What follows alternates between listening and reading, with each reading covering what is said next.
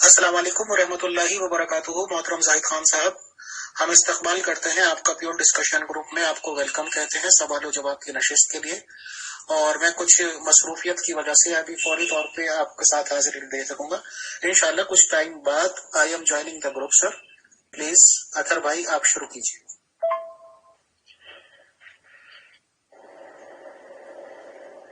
ہم اس قدر تو ہوش کے قائل نہ تھے حضور، ہم اس قدر تو ہوش کے قائل نہ تھے حضور، دھوکے دیے گئے ہمیں بہاروں کی شکل میں۔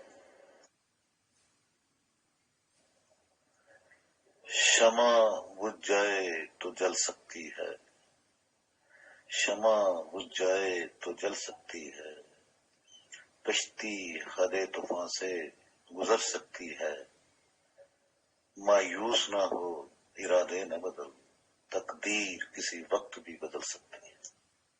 محترم زاہد خان صاحب، آپ پر خدا کی سلامتی۔ ہمارے چیف ایڈمن محترم امیر فیصل صاحب کسی مصروفیت کے باعث تھوڑی سی تاخیر رکھتے ہیں اپنے پروگرام کے آغاز کے لیے، تو میں یہاں پہ آج کی سوال جواب کی نشست کا آغاز کرتا ہوں اور ہمارے ممبران کے سوالات کو آپ کے حضور پیش کرتا ہوں۔ بہت شکریہ۔ جی حضور، خدا کی سلامتی ہو۔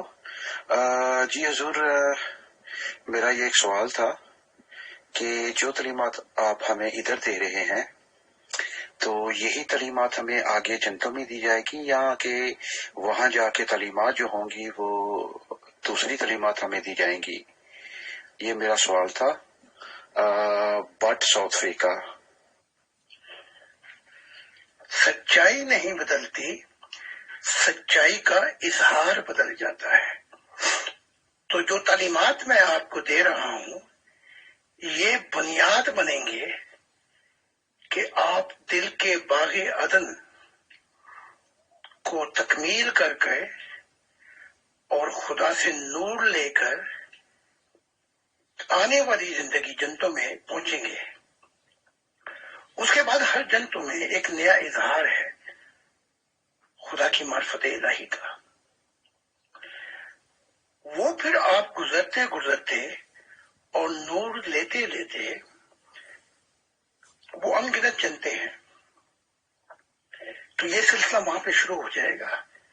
لیکن پنکھ ہوتی تو اڑ آتی میں، یہ بنیاد میں اس زمین پر ان سید روحوں کے لیے تیار کر رہا ہوں کہ جن سے نیا آسمان اور نئی زمین آئیں گے، خدا کی منشا پوری ہو جائے گی، اور یہ وہ نئے لوگ ہوں گے جو زمین کے وارث ہوں گے، اور یہ جو لوگ ہیں ابھی تک یہ ماضی کا حصہ بن جائیں گے۔ محترم زاہد خان صاحب، ہمارے انہی ممبر کا ایک اور سوال ہے۔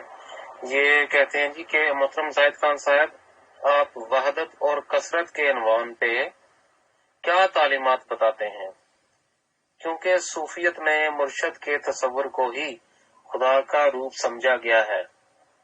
آپ اس بارے میں کیا فرماتے ہیں؟ نواز بٹ، ساؤتھ افریقہ۔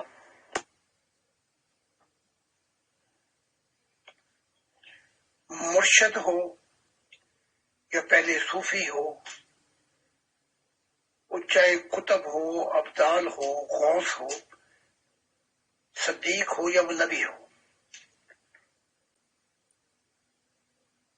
وہ سب وسیلہ ہوں گے، کوئی بھی منزل نہیں ہو سکتا۔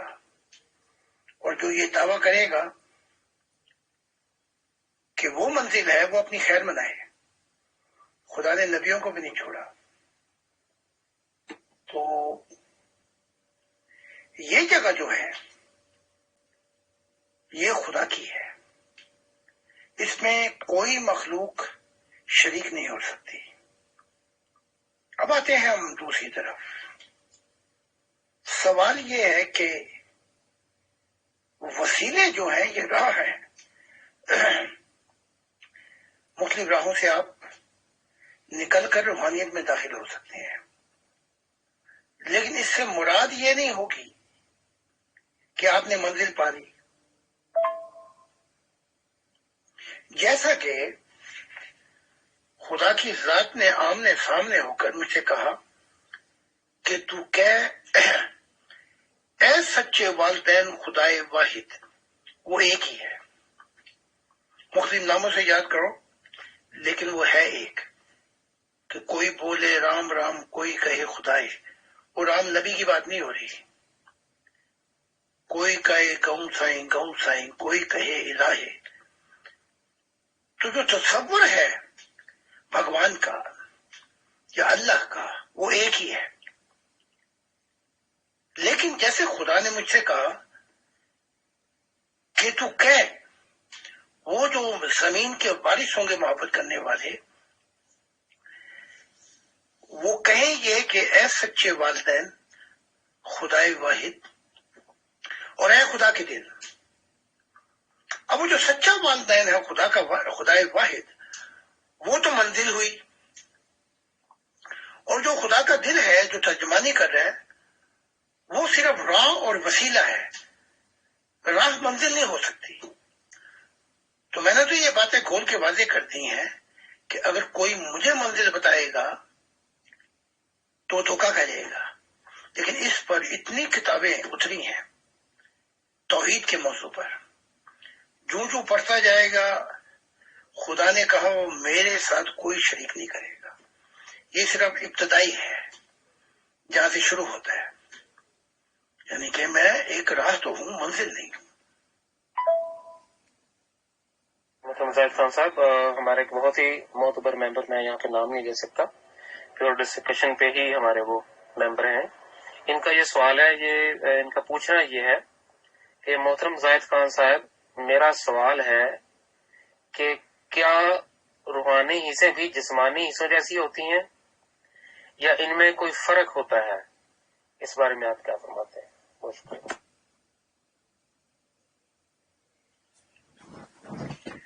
روحانی حصے محدود ہیں. معاف کرنا.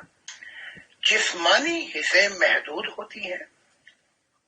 یعنی کہ آپ آنکھوں سے بہت دور کی چیز نہیں دیکھ سکتے اور سننے کے لیے بھی آپ کو فاصلے چاہیے نزدیک ہو کے. لیکن روحانی جو حصے ہیں وہ جسمانی حصوں جیسے نہیں ہوتی. تو ان میں جو نور ہے وہ خدا کی محبت کا جو بیج ہے وہ اتنا نور دے دیتا ہے کہ وہ نوری فاصلوں پر دیکھ سکتی ہیں. کشفی انداز میں million lighting year for they can see. یعنی کہ وہ فاصلے ختم ہو کے نزدیک آ جاتے ہیں. لہذا روحانی حصے جو ہیں وہ مکان سے لامکان بھی ہو سکتی ہیں. یعنی کہ اتنی خدا نے اس نور میں طاقت دی ہے اپنے. تو اگلی اس میں کرتا ہوں میں بات.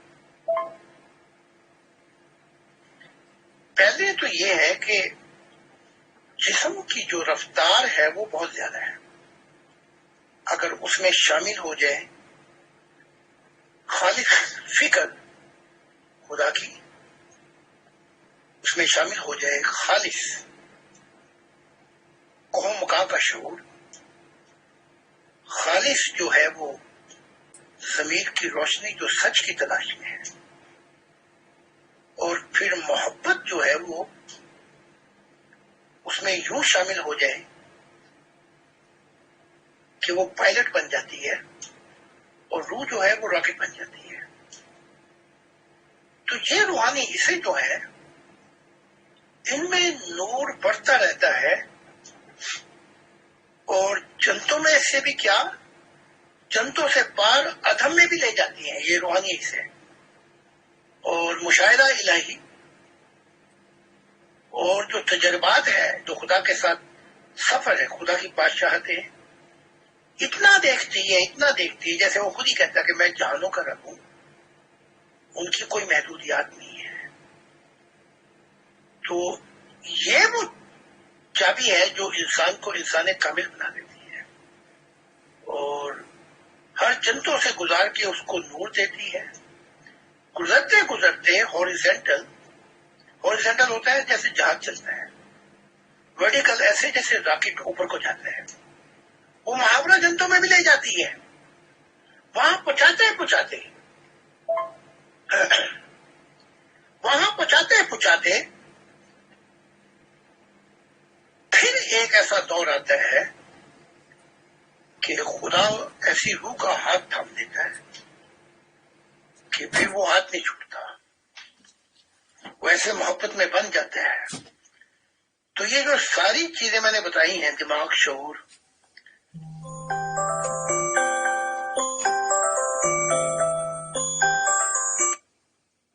اور سچائی، محبت کی دنیا اور روح، پھر یہ ایک سنگم پر خدا کے ساتھ سفر کرتی ہیں۔ اور اس کو وہ کیا جانے جو مذہبی کیڑے ہیں، روحانی جن کے عیسائی والے ہیں، اندھے ہیں، صرف سنی سنائی باتوں پہ ابھی تک اپنی زندگی گزار رہے ہیں۔ لیکن یہ جو دور شروع ہو گیا مسیح الزمان سے اور خدا کے دل سے، یہ تو براہ راست یورپ میں ہزاروں لوگ خدا سے مل چکے ہیں، مشاہدات کر چکے ہیں، اور خدا کے ساتھ انہوں نے بہت کچھ دیکھا ہے۔ تو ہم آسمانی ہوئے، زمینی تو یہ لوگ ہیں، تو ان کو یہ مادی کا حصہ بن جائیں گے، ہم حال بن جائیں گے خدا کے ساتھ۔ یہ فرق ہے۔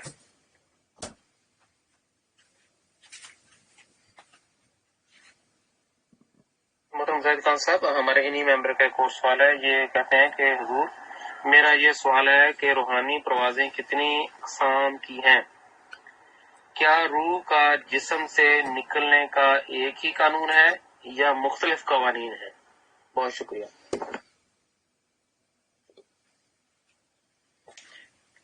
پہلے میں آپ کے آدھے سوال کا جواب دے دوں کہ روحانی پروازیں کتنی قسم کی ہیں۔ ابتدا میں یہ 4 قسم کی ہیں، پھر آگے چل کے 24 سمت بن جاتی ہیں، اس سے آگے چلو تو 40 سمتیں بن جاتی ہیں۔ یا دماغ کام نہیں کرے گا، یا مشاہدہ الہی چاہیے۔ اس سے آگے چلو تو یہ ہزاروں بلکہ لاکھوں کروڑوں سمتیں بن جاتی ہیں۔ اس سے آگے چلو تو مقامات سے گزر کر یہی پروازیں حال بن جاتی ہیں۔ تو پھر ہوتا کیا ہے؟ یہ مادہ، یہ انرجی، یہ نور کی رفتار، یہ وقت اور یہ اسپیس سے مراد یہ جو خالی جگہ ہے کھلے کائنات میں، یہ جو ہیں یہ ساکت ہو جاتی ہیں۔ آگے کرتا ہوں بیان، جن کا میں نے ابھی ذکر کیا ہے، اسے لوور کریشن کہا جاتا ہے، نچلے آسمانوں کو، نچلے جہانوں کو، ستاروں سے زینت ہے، یہ ساری کائنات۔ اب وہ جو محاورہ جہان ہے، جسے اپر کریشن کہا گیا ہے، جو یعنی کہ سیدھے جاتے ہیں ڈائریکٹ خدا کے ڈائمینشن میں، وہ جو جہان ہے اسے وہاں مادہ توانائی، نور کی رفتار، وقت اور اسپیس ساکت ہو جاتے ہیں۔ اس لیے میری کتابوں کو پڑھنے کی بہت ہی ضرورت ہے کہ خدا کی آواز سنو کیا کہہ رہا ہے۔ وہاں مقامات نہیں رہتے، وہاں حال ہو جاتا ہے۔ یہ تو تعریف ہو جائے گی کتنی قسمیں ہیں۔ اب آپ کے آدھے سوال کی طرف آتا ہوں کہ کیا روح کا جسم سے نکلنے کے یک ہی قانون یا مختلف قانون ہے؟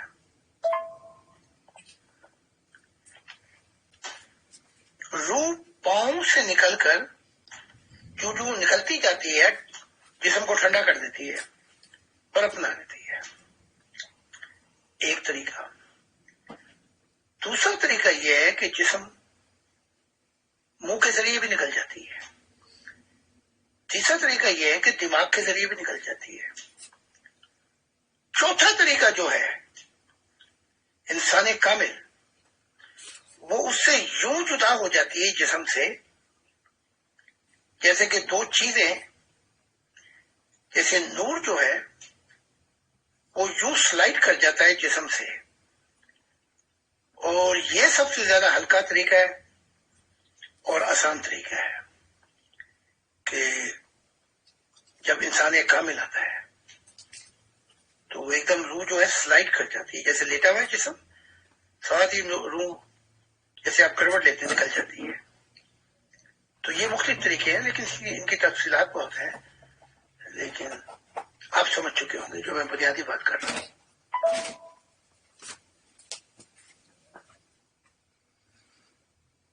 جی حضور آپ پر خدا کی سلامتی جی۔ ہمارے ایک یہ ممبر ہیں، یہ سوال کرتے ہیں کہ محترم زاہد خان صاحب، جو لوگ آپ کے ساتھ آپ کی اس مشن میں دل و جان سے آپ کا ساتھ دے رہے ہیں، خدا کی ذات انہیں کس نگاہ سے دیکھتی ہے اور خدا انہیں کس نام سے پکارتا ہے؟ کیا آپ کی اس الہی جماعت کا کوئی نام بھی ہے؟ Akram Khan, South Africa.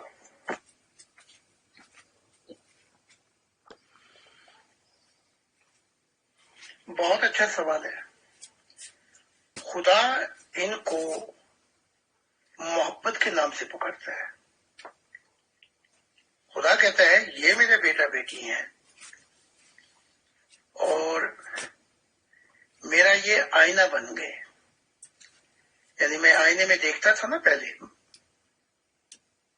تو یہ آئینہ چکنا چور ہو چکا ہے، لیکن ان کے آنے سے جب میں دیکھوں گا آئینے میں تو مجھے اپنا عکس نظر آئے گا۔ ابھی تو ابتدا ہے نا، لیکن جب وہ عروج پہ پہنچے گا، جیسے خدا کہتا ہے میرے نور سے زمین روشن ہو جائے گی، مستقبل میں ایسے ایسا عیال آئیں گے کہ وہ خدا کا شیشہ بن جائیں گے اس زمین کے اوپر۔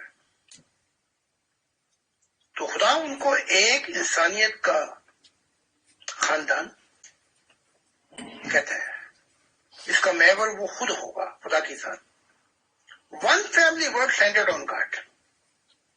لیکن یہاں میں پھر کر دوں تمیز، خدا کہتا ہے مذاہب کی دنیا لپٹ گئی اور ماضی کا حصہ بن چکی ہے۔ تو اگلی اس میں نگاہیں دل سے ملتی ہیں، دل دل سے ملتا ہے۔ جب یہ فاصلے ختم ہو جائے تو ایک سنگم پر خدا ملتا ہے۔ تو خدا کی ذات اسے ایک انسانیت کا وہ خاندان کہہ رہی ہے کہ جس کا الہی، یعنی کہ وہ خود ان سے اپنا چہرہ نہیں چھپائے گا، وہ خود ان سے ملنے آیا کرے گا۔ تو حرم اور دہر کے وہ کتبے دیکھے جس کو فرصت ہے، یہاں حد نظر تک وہ خود عنوان محبت ہے۔ جب خدا کی ذات ہی مل گئی ایک سنگم کے، تو پھر سارے مقامات دھرے کے دھرے رہ گئے۔ تو خدا ہمیں زاہد زمانہ کہتا ہے، یعنی کہ ہم مددگار ہیں کہ وہ نبوت پوری کر دیں گے کہ نیا آسمان نئی زمین ہوں گے، خدا کی منشا پوری ہو جائے گی، اور نئی زمین سے مراد نیا انسان ہوگا۔ یہ وہ لوگ ہوں گے جو خدا کی محبت کے وارث ہوں گے۔ یہ ایک نیا زمانہ ہے۔ جناب محترم زاہد خان صاحب، ایک ممبر کا سوال ہے گروپ سے، یہ کہتے ہیں کہ کیا پاکستان میں اور آپ کے جرمنی میں آپ کے سفر کے دوران کوئی آپ کے فیملی، آپ کے خاندان کے لوگ بھی ہیں جو اس مشن میں شامل ہیں؟ آپ کی اولاد، آپ کے بھائی بہن، ان میں سے کوئی ہو؟ کیا آپ کا خاندان، آپ کا قبیلہ بھی آپ کے ساتھ اس مشن میں آپ کے ساتھ ہیں؟ یہ ان کا سوال ہے۔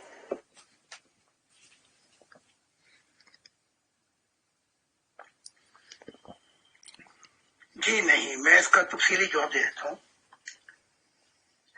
ماضی میں بہت سے خاندان، بہت سے ہم سفر ملے تھے، لیکن وہ اپنی پرانی دنیا کو لے کر نئی دنیا کے ساتھ چلنا چاہتے تھے۔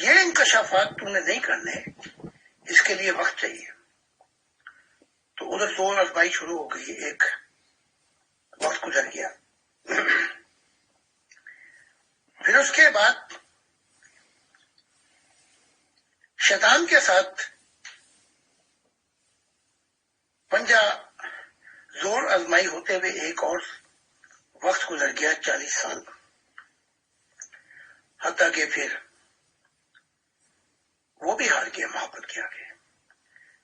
اسی دوران میں انبیاء بھی جو تھے وہ اس بات پہ بسیط تھے کہ وہ انکشافات مت کریں، ہماری کمزوریاں نہ بتائیں. اور میں خود بھی اپنے آپ کو بشر کہتا ہوں. مجھ سے بھی غلطیاں ہوئی، لیکن ایک غلطی مجھ سے نہیں ہوئی.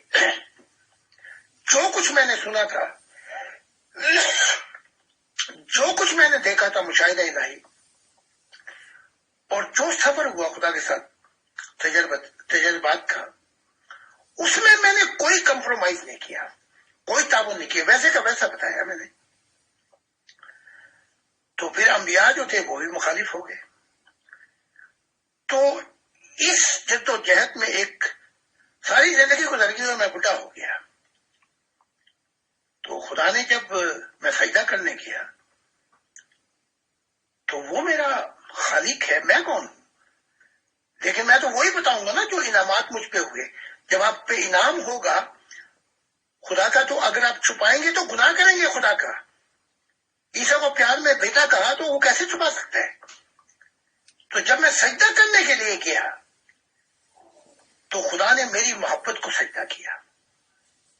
یعنی میں نے سجدہ کیا تو خدا نے میرے اوپر سجدہ کیا کہ تیری محبت کی یادگاری ہمیشہ باقی رہے گی. تو جو سب سے بڑا منصب ہے وہ کیسے پایا؟ وہ یہ ہے،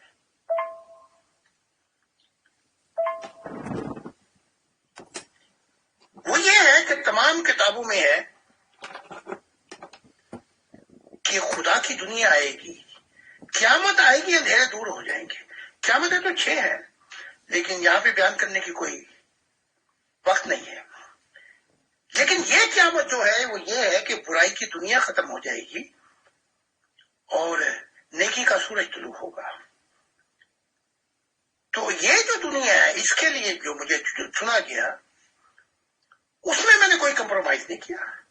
جو خدا کہتا گیا میں کرتا گیا. تو اب تو میں بڈھا ہو گیا ہوں. تب خدا نے کہا کہ تو نے جو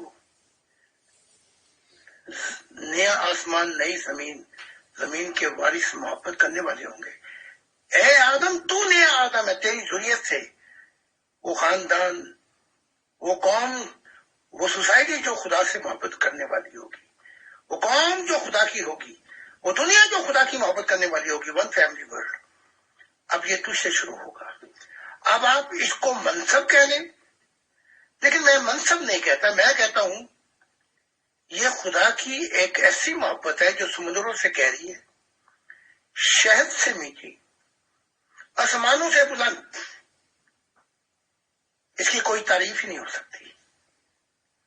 تو میں نے مختصر آپ کو بیان کر دیا ہے. جی جناب محترم صاحب، آپ کی تشریف آوری کا، آپ کی سروانی رہنمائی کا بہت بہت شکریہ. میں جناب محترم امیر فیصل صاحب سے درخواست کرتا ہوں کہ وہ اس پروگرام کے اگلے حصے کو اگر جاری رکھنا چاہیں، ان کے پاس کے سوالات ہوں تو ہی کین کیری آن. ورنہ آج کی سوال جواب کی نشست کا ہم یہیں اختتام کرتے ہیں، اسے یہیں پہ کنکلوڈ کرتے ہیں. آپ سب کی تشریف آوری کا، اس پروگرام کو سننے کا، ہمارے الہی کے راز براہ راست حاصل کرنے کا بہت بہت شکریہ. میں ابھی آیا ہوں زاہد بھائی، ٹائم کی بات ہے، آپ اس کو رخصت کر رہے تھے پروگرام کو.